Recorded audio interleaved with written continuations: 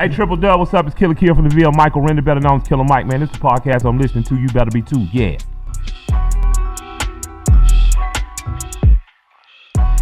This is the Triple Dub podcast. Here with Morrison and 336 Mike. Hey, man. Right to our right is the illustrious Killer Mike. Hey, what's up? How y'all doing? Yes. Killer Happy to Mike be here. Miller. Congratulations on your Grammys, and we know you're hope.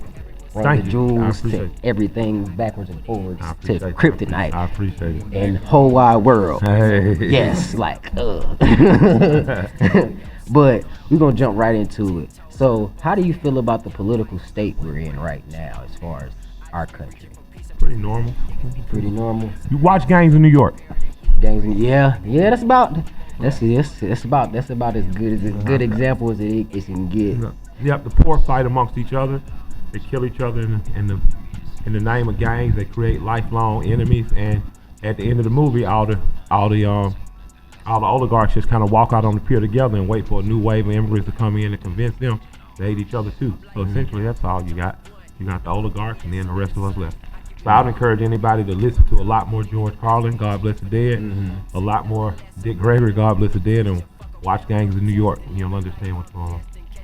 Definitely two great comedians and two powerful speakers. Like the people he just named, it's bigger than comedy with them. Yeah, I'm just glad to be on the podcast so people understand the nuance. Yeah, A lot of just like times. we know you're going on tour with Dave as well. Yo, Dave Chappelle, yeah. And we know how big a He's political great, yeah. atmosphere He's y'all are. to me, he's a Pryor and Carlin and He's all he's that. the Hicks all of our time. I love Dave Chappelle. Like, Yeah. and even his political points through his comedy is so well placed. Yeah, that, like absolutely. He's not scared to know he's not scared to let people know who he's doing it for. Yeah. That's what I like about him, and that's what I love about you too, man. One of the other questions that we have to ask is on the topic of who's allowed to vote. We hear that they're trying to make it harder and harder, and It's never been terrible difficult for me to vote. You show your ID, your license, and you vote. yeah, And make sure you understand register. that. Yeah. That's not terribly difficult. And the biggest question is, how do you feel about the climate of like they're denying felons and people of that nature? Well, there's an organization going on in Florida, man, that's helping people do that. A lot of people who have finished their probation and finished their time don't know they're eligible to vote. So there's a big movement come on, and we should all be paying attention and make sure our brothers and sisters that get out know that right can be returned to you. And we should push for that. But there's a brother, I'm gonna try to look up his name really quickly, this is his life's work. So I want us, the brothers and sisters, to know that have been in there, that you have the ability to vote. The brother his name is Desmond Meade. So I want people to Google his name, Desmond Meade. Yep, M-E-A-D. Y'all look that man up. Yep, and brother has an organization down in Florida. He's a felon. He retrieved his right to vote and is helping other people do that. And to be honest with you, people who've been involved in the prison industrial complex, we need you guys voting because you guys know how shitty it is, and we need you guys voting and telling us who to vote for. Who's the prosecutor that prosecuted you unfairly? Who's the judge that did give blacks no breaks, gave blacks 5 years, gave white boys 2 years? Shit like that be happening. But if we don't hear from y'all, we won't know. Yeah. So I encourage everybody to look up Brother Desmond Meade and support his work. And that's amazing that you say that, because it's like another systematic thing to hide the knowledge or make people think that they're not allowed to. And then, like you just said, it's people that complete everything that they're supposed to do. Yeah. The right is given back, but they just don't go. Yeah, I got a brother did I think he did like 9 months a year fair time. He just got his right to carry weapons restored. You know what I mean? So Do y'all hear that?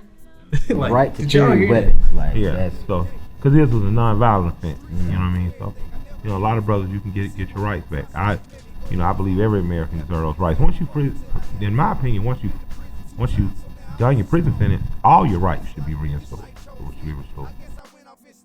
So I got another question. So I know you've been seeing all the new laws that other states have been adding with the abortion and stuff. Do you, and all the book suppression and stuff, do you feel like that's like the new Jim Crow they're trying? Well, I don't know. I haven't thought much about it, to be honest with you.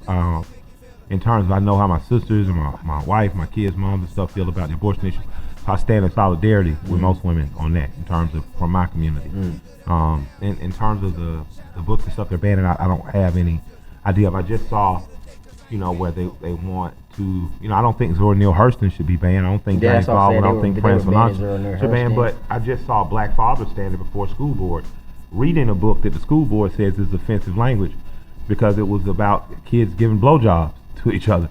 And that father, it stood in solidarity with him, and I don't want my daughter reading about that. That's something we could discuss at home, or that's if she's curious, she could talk about. But that ain't nothing I want necessarily her to read. So as the father, I was empathetic and understood his plight. And if the school board says it was too raunchy to read in front of us, I understand his point of view. So why do my kids get free reign in this and I have no say? So things are nuanced and complex and challenging. You know what I mean? But I would just say, man, just stay as a parent, stay involved in your PTA, Parent Teacher Association.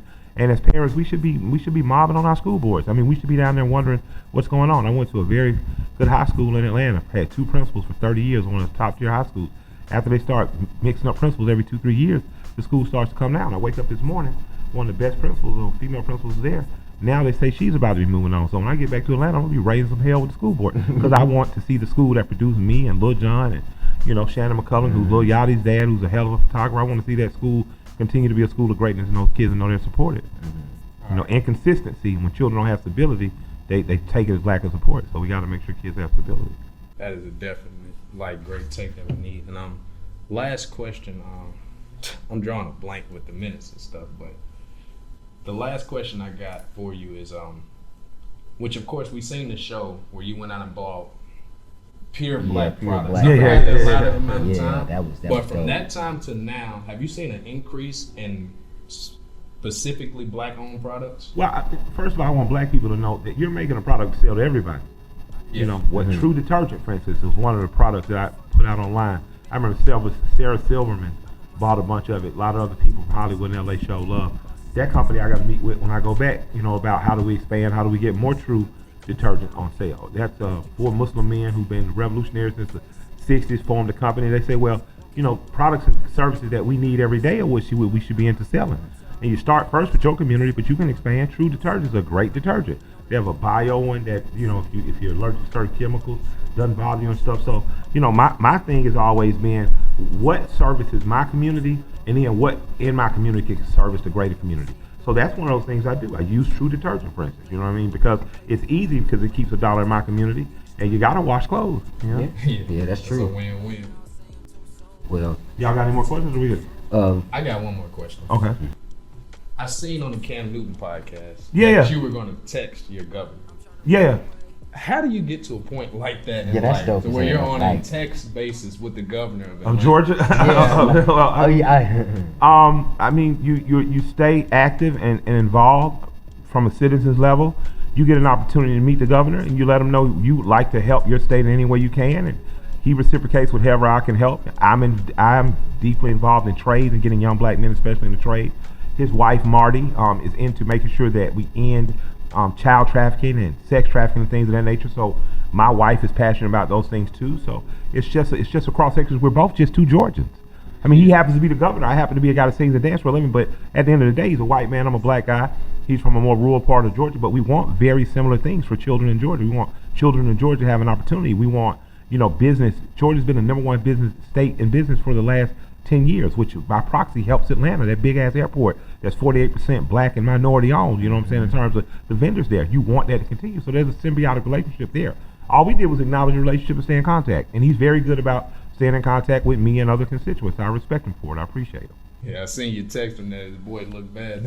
Yeah, he didn't look good. But hey, man, but boy, whoo, shit, he's kicking some ass now. So, y'all get out and vote, man. Get out and vote. Get out and vote. Already did, sir. So we appreciate your time. Man, thank y'all so much. You guys have, in one of the shortest times, been one of the most, deeply, have some great questions, deeply cut. So, the podcast, man, I hope people keep supporting it, and hopefully I'll come back and have more time. Oh, yeah, we definitely would love to have you on there, man. Thank you. All right, Thank you to keep being that beacon. Yeah, man, I appreciate you, black man. Man, I just reflect. I'm just reflecting the light I see, man. I know, and see on social media. Yeah. Everybody that helped you get here is proud. Man, I appreciate y'all so much, man. I look forward to coming back. Y'all have a great night, guys. All right, man. Yes, sir. Triple Dub. That was Killer Mike. That was Killer Mike. We out of here.